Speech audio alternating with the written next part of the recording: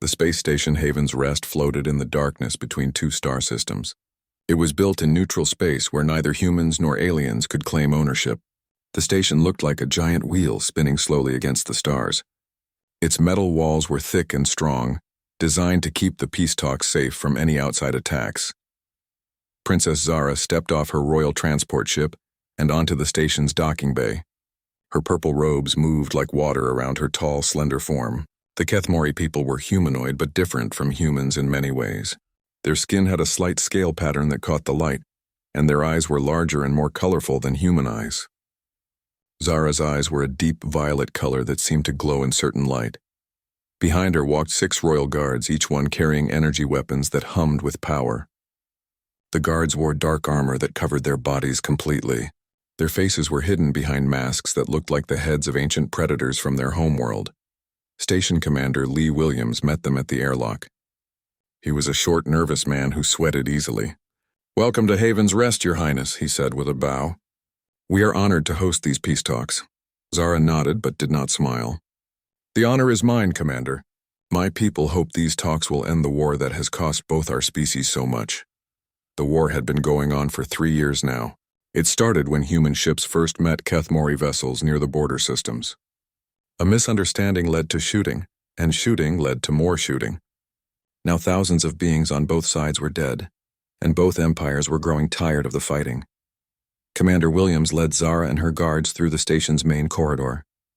The walls were painted white and blue, with pictures of peaceful planets hanging between the doors. "The human delegation arrived 2 hours ago," he said as they walked. "Admiral Morrison is reviewing the treaty documents in Conference Room Alpha." At the mention of that name, Zara's steps slowed for just a moment. Her violet eyes widened slightly, but she kept walking. Her heart began to beat faster inside her chest. Could it really be the same person? After all these years? "Admiral Morrison?" she repeated slowly. "Jake Morrison." "Yes, Your Highness." "He's the leader of the human delegation. A war hero, they say. Very smart and very tough in battle." Zara said nothing more, but her mind raced with memories. Images flashed through her thoughts like lightning. A young human face, kind eyes, gentle hands treating her wounds. A voice speaking softly in a language she did not understand then, but had learned since. They reached the conference room doors. They were made of thick metal with small windows that let people see inside. Commander Williams pressed his hand against a scanner, and the doors slid open with a soft hiss. The room was large and circular, with a round table in the center. The human delegation sat on one side of the table. There were 5 of them, all wearing dark blue uniforms with gold buttons. At the head of their group sat a man in his 30s with short brown hair that was starting to turn gray at the sides. His face had lines around the eyes and a scar that ran from his left ear to his jaw. When Zara entered the room, all the humans stood up as a sign of respect. But Zara barely noticed the others. Her eyes were fixed on the man with the scar. She knew that face even though it was older now and marked by war. She knew those eyes even though they now held the hardness of a military commander. Admiral Jake Morrison looked at the alien princess and felt something strange in his mind, something familiar that he could not place. He had never met a Kethmori royal before, but something about her seemed known to him, Your Highness, Jake said with a formal bow. "I am Admiral Morrison representing the Terran Alliance. We welcome this chance to discuss peace between our peoples." When Zara tried to speak, her voice caught in her throat. She had to clear it before words would come. "Admiral Morrison," she said, her accent making his name sound musical. "The pleasure is mine." But as she spoke, her whole body began to shake slightly, not from fear or cold, but from the shock of recognition. The human standing before her was taller now and broader in the shoulders. His face was harder and marked by battle scars. But his eyes were the same brown eyes that had looked at her with kindness when she was just a frightened child. Jake noticed her shaking and wondered if she was nervous about the talks. Many diplomats were scared when they had to negotiate about war and peace. "Please, Your Highness, have a seat.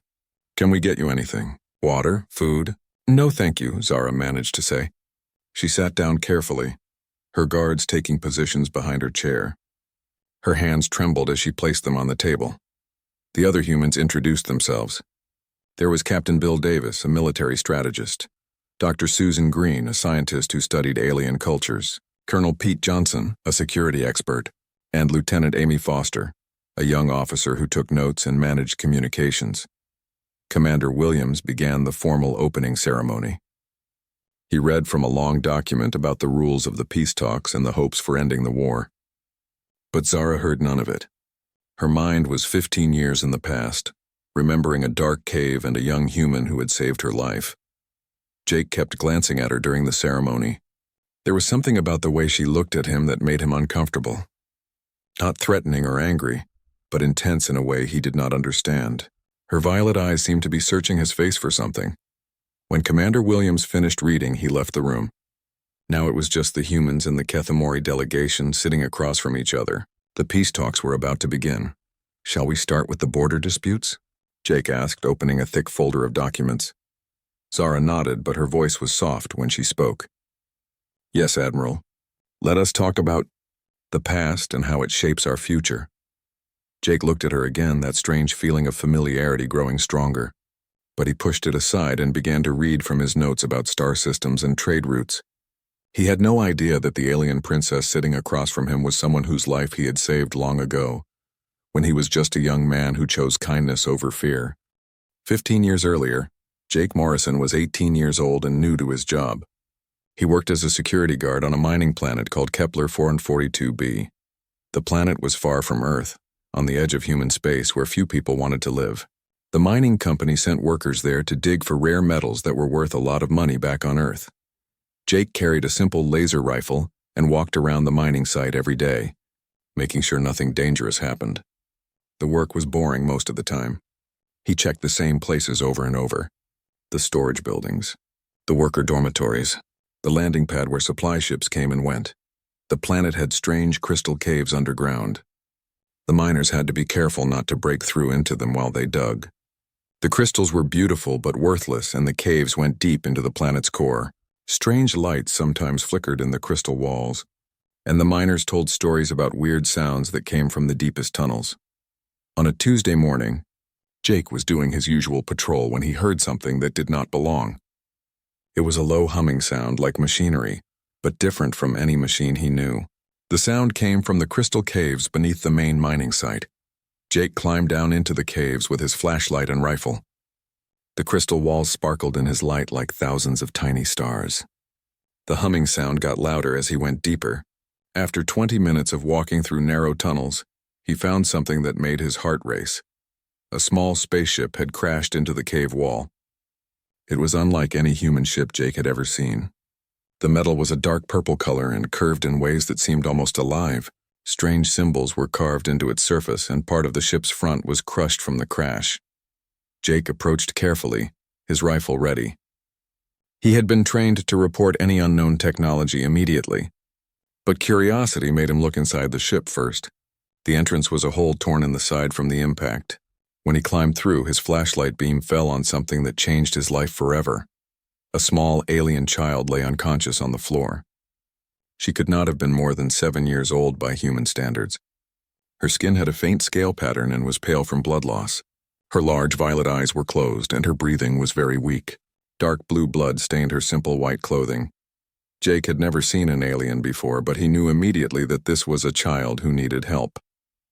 She had injuries on her arms and legs and a bad cut on her forehead. If he left her here and went to get the mining supervisor, she might die before help arrived. The supervisor would probably want to turn her over to the military anyway. Jake made a choice that went against all his training. He carefully picked up the alien child and carried her to an abandoned mining tunnel that no one used anymore. He made a soft bed for her using old blankets from the storage room. Then he used his basic first aid kit to clean and bandage her wounds. For the next 3 days, Jake visited the tunnel during his breaks and after his shifts. He brought food and water, though he was not sure if human food would be safe for an alien to eat. He brought medicine and fresh bandages. Most importantly, he sat with her and talked softly, even though she could not understand his words. On the 4th day, the alien child woke up. Her violet eyes opened slowly and focused on Jake's face. For a moment she looked scared and tried to move away, but Jake held up his hands to show he was not dangerous and spoke in a calm voice. "It's okay," he said. "I'm not going to hurt you. You're safe here." She did not understand his words, but something in his tone made her relax. Over the next few days, they began to communicate with hand gestures and simple drawings in the dirt. Jake learned that her name was something that sounded like Zara when she tried to say it in human sounds. Zara was very smart and learned some human words quickly. She drew pictures that showed Jake she was running from bad people who had hurt her family. She drew pictures of big ships fighting each other and explosions and people falling down. Jake understood that she was a refugee from some kind of war. For 2 weeks, Jake took care of Zara in secret. He brought her better food and clean clothes from the supply store. He taught her more human words, and she taught him a few words in her own language. She was funny and brave, even though she was just a child who had lost everything. But keeping her secret became harder every day. The mining supervisor was starting to ask questions about missing supplies. Other workers were noticing that Jake spent a lot of time in the old tunnels. Someone would discover Zara soon, and then what would happen to her? The answer came one morning when Jake arrived at the tunnel and found Zara pointing up at the sky with excitement. High above the planet, strange ships moved between the stars. They had the same purple color and curved shape as her crashed ship. "My people," Zara said in broken human words. "They come for me." Jake felt happy and sad at the same time. Happy that Zara would be safe with her own kind, but sad to lose the friend he had grown to care about. That night, he helped her climb to the surface and walk to a clear area where the rescue ships could see her. As a large alien ship landed and figures in flowing robes came out to get her, Zara turned back to Jake one last time. She said something in her own language that sounded like a promise. Then she pressed something into his hand, a small crystal that glowed with soft light. Jake watched from the shadows as the alien ship took Zara away into the stars. He never reported what had happened. In his official logs, he wrote that he had found the crashed ship empty and damaged beyond investigation. No one ever questioned his story. For years afterward, Jake kept the glowing crystal on his desk and wondered what had happened to the small alien girl he had saved. He never imagined that she would grow up to become one of the most powerful people in the galaxy, or that his simple act of kindness would one day change the fate of 2 entire species. The peace talks continued for 2 hours. But Jake could not shake the feeling that something was wrong. Princess Zara kept staring at him with those intense violet eyes. Every time he looked up from his documents, he found her watching him. It made him nervous and confused. During the morning session, they discussed border disputes and trade routes. The Kethamori wanted access to 3 star systems that humans controlled. The humans wanted guarantees that Kethamori ships would not attack human colonies. Both sides presented their demands, but no one seemed willing to compromise. When Commander Williams announced a break for lunch, Jake was relieved. He needed time to think about why the alien princess seemed so familiar. Maybe he had seen her picture in military intelligence reports, or maybe all Kethamori just looked similar to human eyes. Jake was walking toward the station's cafeteria when he heard footsteps behind him. He turned and saw Princess Zara approaching alone. Her guards were nowhere to be seen, which surprised him. Royal aliens usually never went anywhere without protection. "Admiral Morrison," she said in her musical accent. "May I speak with you privately?" Jake looked around the empty corridor. This was unusual. Peace talks had rules about private meetings between delegates. "Your Highness, perhaps we should wait until the official sessions resume, or we could ask Commander Williams to arrange a formal private meeting." Zara shook her head. "Please, this is important. There is something I must tell you before we continue." Something in her voice made Jake agree. They walked to an observation deck that looked out at the stars. Through the large windows, Jake could see both human and Kethamori ships waiting in the distance, ready for battle if the peace talks failed. Zara stood close to the window and was quiet for a long moment. When she finally spoke, her voice was soft and filled with emotion. "Do you believe in fate, Admiral?" "I believe in duty and honor," Jake replied carefully. "Why do you ask?" Zara turned to face him, and her violet eyes were bright with unshed tears. 15 years ago, a young human saved my life. I was just a child then, injured and alone on a mining planet called Kepler 442b. This human could have reported me to his superiors. He could have turned me over to your military. Instead, he chose to help me. Jake's heart began to race. The way she said Kepler 442b made memories flood back into his mind. A crashed purple ship, a bleeding alien child, 2 weeks of secret meetings in an abandoned tunnel. "He fed me and gave me medicine," Zara continued. He talked to me in a gentle voice even though I could not understand his language. When my people came to rescue me, I wanted to thank him properly, but I did not know how, so I said something in my own language before I left. Zara stepped closer to Jake and spoke words in the Kethmori language. They sounded like music, but sad music, full of longing and gratitude. Then she translated them into perfect English. I will remember the human who showed mercy when he could have shown fear. Jake's legs felt weak. He reached out to steady himself against the wall. The small alien child he had saved was now the tall, beautiful princess standing before him. The frightened refugee had become the most powerful person in the Kethmori Empire. Zara, he whispered, using the name he had learned to say all those years ago. She smiled through her tears. You do remember me. How is this possible? Jake asked. You were just a child, and now you're the heir to the Kethmori throne, Zara finished. The people who attacked my family were rebels who wanted to overthrow the royal government. They killed my parents and destroyed our palace. I escaped in a small scout ship, but it was damaged and crashed on your world. Jake's mind struggled to understand. Your parents were the emperor and empress? Yes, after you saved me, my people found me and took me to safety. It took 3 years to defeat the rebels and reclaim our throne. I became the ruler of my people when I was only 11 years old by your counting. And the war between our species. Zara looked out at the human and Kethmori warships in the distance. I started these peace talks, Admiral. I specifically requested that you lead the human delegation. I have been working toward this moment for years. Jake felt overwhelmed. Why me?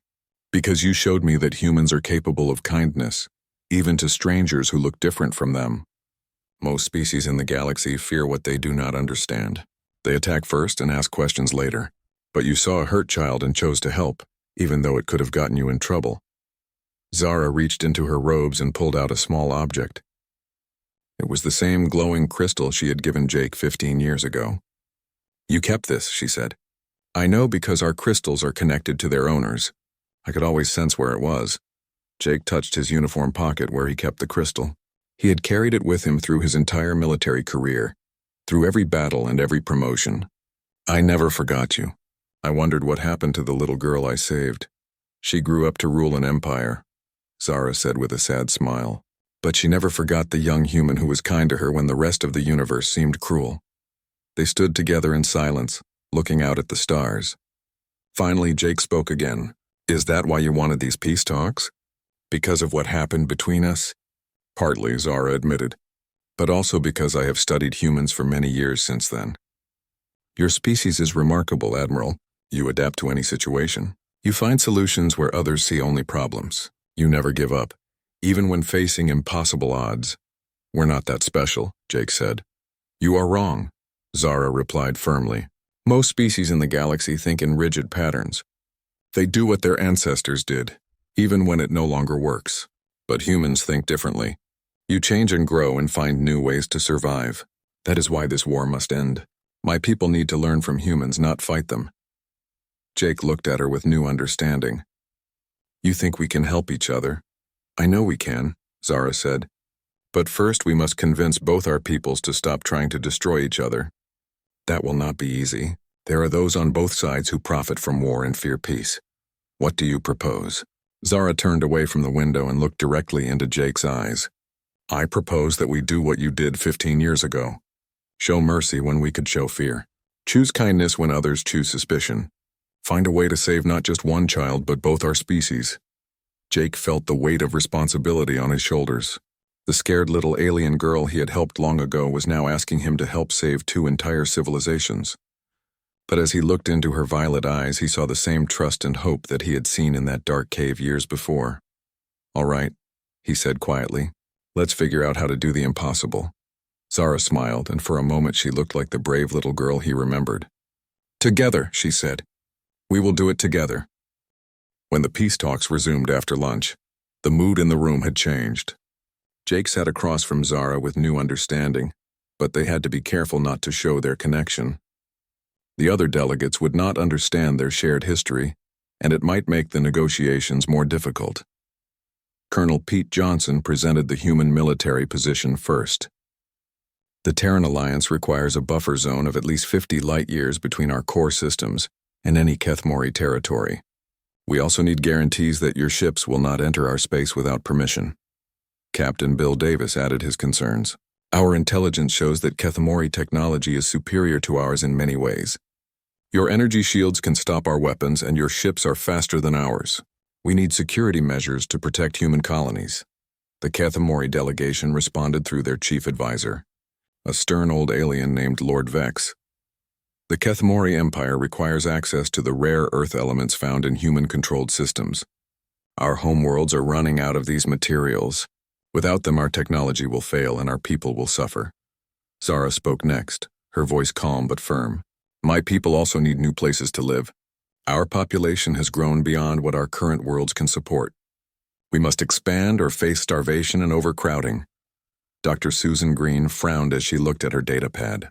But the worlds you want to colonize are in strategic positions near our major trade routes. If we let you build colonies there, you could cut off supplies to human worlds. The discussions went back and forth for hours. Every solution one side offered created new problems for the other side. The humans wanted security, but the Kethemori needed resources and space. The Kethemori wanted access to human territory, but the humans feared invasion and conquest. As the afternoon wore on, tempers began to rise. Lord Vex's scales turned a darker color when he was angry, and his voice became sharp. Perhaps the humans do not truly want peace. Perhaps they prefer war to sharing the galaxy with other species. Colonel Johnson stood up quickly, his hand moving toward his weapon. And perhaps the Kethemori prefer to take what they want by force instead of earning it through honest trade. Gentlemen, please, Commander Williams said nervously. Let us keep these discussions civil. Jake watched the anger building on both sides and realized that traditional diplomacy would not work. Both species were thinking like enemies, not potential allies. They were so focused on protecting themselves from each other that they could not see opportunities for cooperation. May I suggest a different approach? Jake said, standing up slowly. Lord Vex made a dismissive gesture. More human demands, Admiral? More restrictions on Kethemori expansion? No, Jake replied. I want to propose something that gives both sides what they need. He walked to the large screen on the wall and brought up a star map showing the disputed border regions. Red dots marked human colonies, and blue dots marked Kethemori territories. Yellow areas showed the systems both sides wanted to control. The problem is that we're thinking about this like a zero-sum game, Jake explained. We assume that if one side gets something, the other side must lose something. But what if we could find a way for both sides to win? Dr. Green looked interested. What do you have in mind, Admiral? Jake pointed to several star systems on the map. These worlds are currently uninhabitable for both humans and Kethemori. They're too hot, too cold, or have toxic atmospheres. Neither side wants them because neither side can live on them. Worthless worlds, Lord Vex said with a snort. Why waste time discussing them? Because they don't have to stay worthless, Jake replied. What if we could make them livable? What if humans and Kethemori worked together to terraform these worlds? Zara leaned forward, understanding beginning to show in her violet eyes. Explain this idea further, Admiral. Jake began to pace as he explained his plan. Humans are good at adapting to harsh environments. We've learned to live in space stations, underwater cities, and planets with extreme weather, but we're limited by our biology and our technology. He pointed to the Kethemori delegation. Your people have incredible biotechnology. You can change living things at the genetic level. Your plants can grow in conditions that would kill Earth crops. Your atmosphere processors can change the air on entire planets. You suggest combining our technologies? Zara asked, though Jake could tell she already understood where he was going.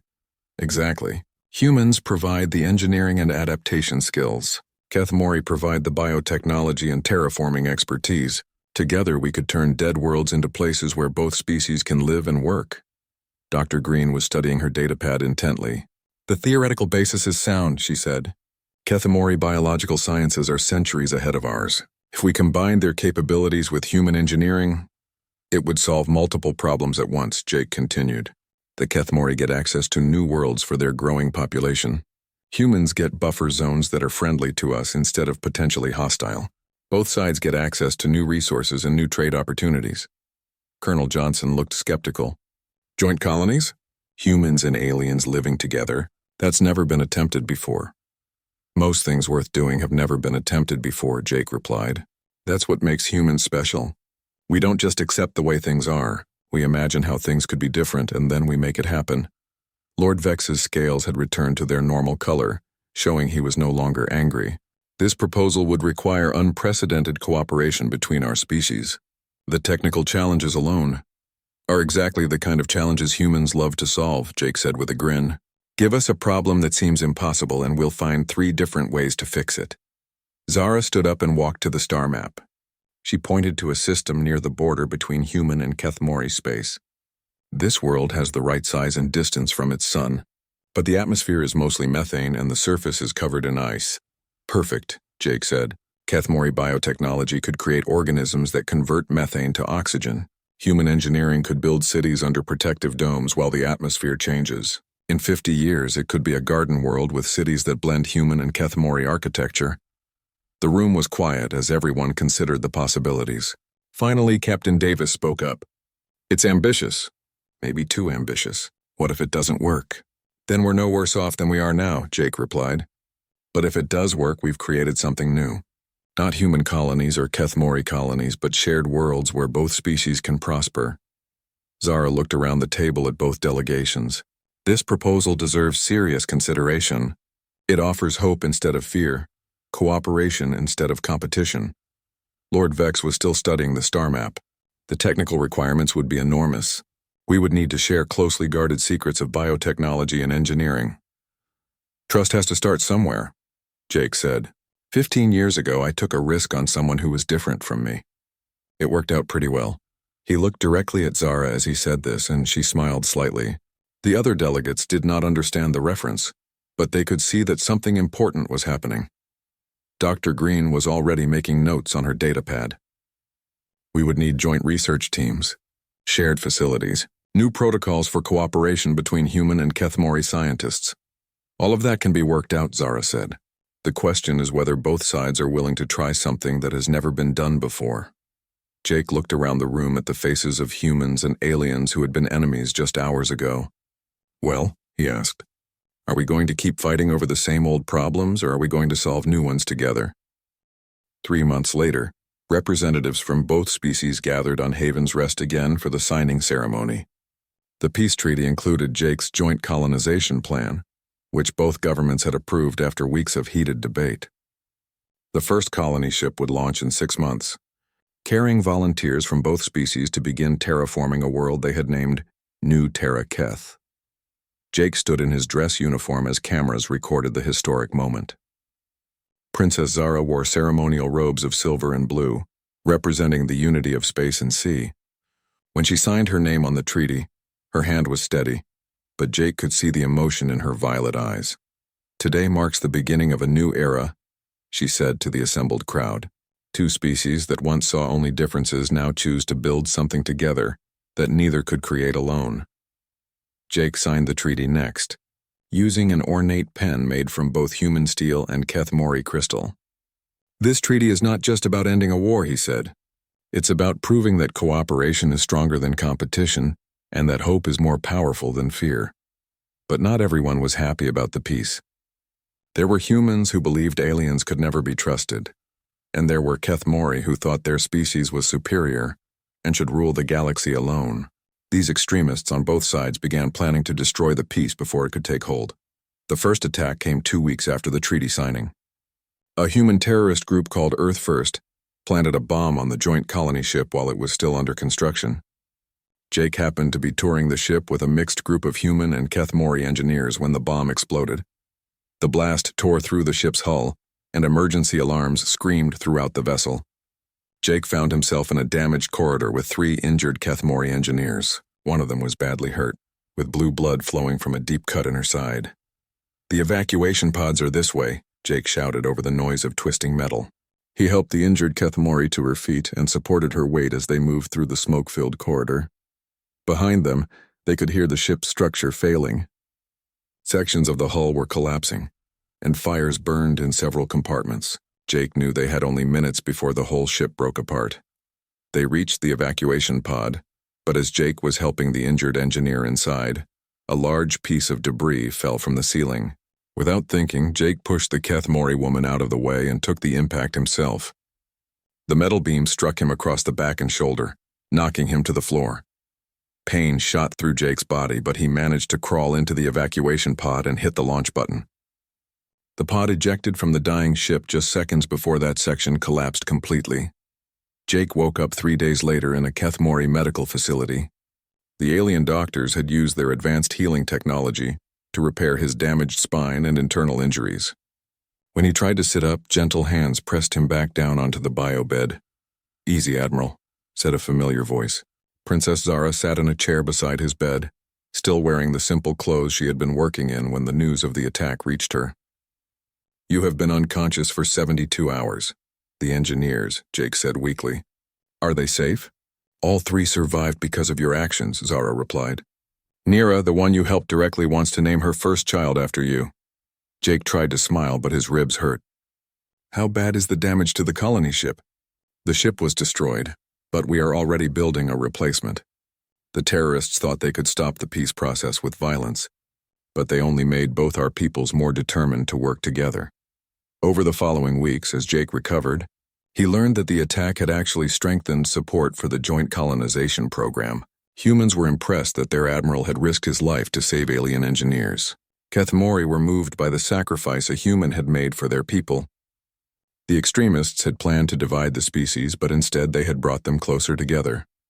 6 months later, the new colony ship Unity launched with Jake aboard as the mission commander. His injuries had healed, but he walked with a slight limp that reminded him daily of the price of peace. The ship carried 500 volunteers, half human and half Kethmori, along with the most advanced terraforming equipment both species could provide. The journey to New Terra Keth took 3 months. During that time, humans and Kethmori worked side by side, learning each other's languages and customs. They discovered that human creativity and Kethmori precision made an excellent combination for solving problems. When they arrived at the frozen world, the real work began. Human engineers designed habitation domes that could withstand the planet's harsh storms. Kethmori biotechnicians created organisms that could survive in the methane atmosphere and begin the slow process of changing it to something both species could breathe. 5 years later, Jake stood on a balcony in the capital city of New Terra Keth, watching the sunset paint the sky in colors that existed nowhere else in the galaxy. The atmosphere was now breathable for both humans and Kethmori, and the first natural forests were beginning to grow outside the city domes. Beside him stood Empress Zara, who had taken the full title after her coronation 2 years earlier. She wore a simple dress that mixed human and Kethmori styles, and around her neck was a pendant made from the same crystal she had given Jake 15 years ago. "Do you see them?" she asked, pointing toward the park below. Jake looked down and smiled. Human and Kethmori children were playing together in gardens where earth flowers grew alongside Kethmori crystal trees. The children laughed in both languages, switching between human words and Kethmori phrases without even thinking about it. "They don't see differences the way our generations did," Jake observed. "To them, this is just normal." "That is what we have given them," Zara said softly. "A future where cooperation is normal and peace is expected." Jake thought about the frightened alien child he had found in a crystal cave so many years ago. That simple act of kindness had led to this moment, 2 species building a new world together, creating something beautiful that neither could have achieved alone. "Your people have a saying," Zara continued, "that the best time to plant a tree was 20 years ago, but the second best time is today. And you think we planted our tree just in time?" Zara looked at him with those same violet eyes that had trusted him when she was just a scared child. "I think one human chose kindness over fear, and it changed the destiny of 2 entire civilizations." As the alien sun set behind the mountains of New Terra Keth, Jake felt a deep satisfaction. The galaxy was a little less lonely now, and a little more hopeful. Sometimes the smallest acts of mercy could grow into the greatest achievements, proving that humans truly were something special in the vast darkness of space.